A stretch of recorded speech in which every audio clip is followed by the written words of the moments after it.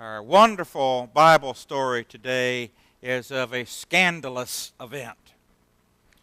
It's one of those social situations that goes about as wrong as it can. A Pharisee, which is a very righteous man, invites Jesus, the young rabbi, to come to his house and preach and teach. And that would have been done immediately after the meal, and so all of the leaders of the community would be laid out on their couches. It would be all men.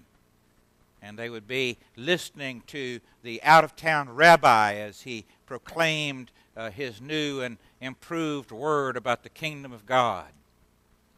And into this very spiritual and liturgical almost event comes a gate crasher. She's not just anybody. She's a woman that everybody knows. She has a bad reputation.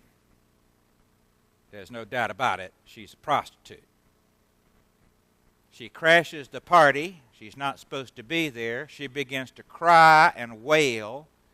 She bends at Jesus' feet and starts washing his feet with her tears and wiping his feet with her hair. She's got a big jar of ointment and begins to spread that over Jesus' feet. The smell of it fills up the house. As William Loader has said, there's no doubt about it, this was messy. The leader of the house, the Pharisee, Simon, it gives his name. This is one of those situations, one of those stories where lots of names are given. It's wonderful. Simon thinks to himself, well, if this guy was really a prophet, he'd know what kind of woman this was. And Jesus reads his mind and tells a little parable, asking him a question.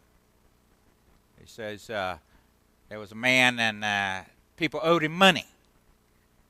One person owed him 50 denarii, and another owed him 500 denarii. A denarii was a day's wage. So these are fairly substantial amounts of money. You think about how much you make in a day today. 50 times that's a pretty good amount. 500 times that is a big amount of that. And neither one of them could pay, so the man forgave the debt. He didn't want to send them to jail. And Jesus says, now, which one of these two would love the man he owed the money to more? Simon says, well, the one that owed the most money would love him more. Jesus says, you're right. Now look at this woman. She's got lots to be sorry for.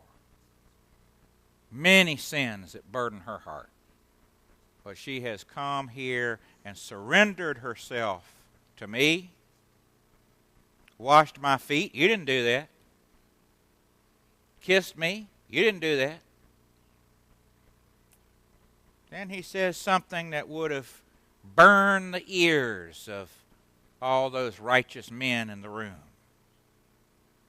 He says she's been forgiven much. Her sins are forgiven. And then he says to her, your faith has saved you. Go in peace. And then there's a wonderful little additional attachment onto the end of this story that reminds us that though there were 12 disciples, there were also women who traveled with Jesus. And it names 3 of them here. It says that there were also women who traveled with Jesus as he went around from town to town. Mary, called the Magdalene, that means she was from the town of Magdala, whose 7 demons had been healed from her. Joanna, the wife of Herod's head servant. Herod's head servant would have been a rich and powerful man. And also someone named Susanna. It says there were other witnesses along too, and it says these women provided for the disciples. It may be that Joanna, who had financial resources, she was the wife of Herod's top servant, may have been one of the people who helped finance Jesus and his band of 12, because they didn't do much work to earn money. They just went from town to town. She was a financial backer as well as a disciple. What does this scandalous behavior by this woman of ill repute, and Jesus forgiving in such an open way say to us today? Jesus says she has shown great love, therefore her sins are forgiven.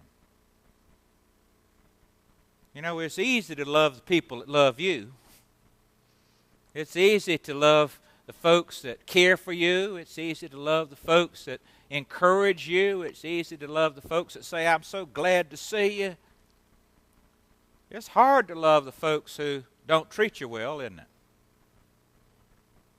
It's hard to love the folks that give you trouble. There may be some people like in your life, in mine, who always have a good suggestion for you. You know what I'm saying? Yeah, it'd be good for you if you would just do so-and-so. They're always looking for ways to help you improve your behavior and yourself. A number of you are nodding. You know some people like that.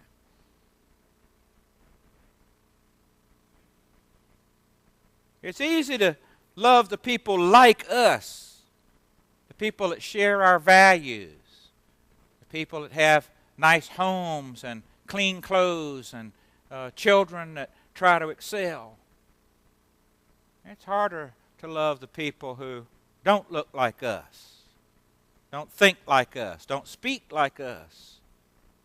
Maybe don't have what we have. We don't know as much about them. We have to put ourselves with them intentionally and walk with them. We have to get outside of the church house many times to love them and care for them. It's harder to love them.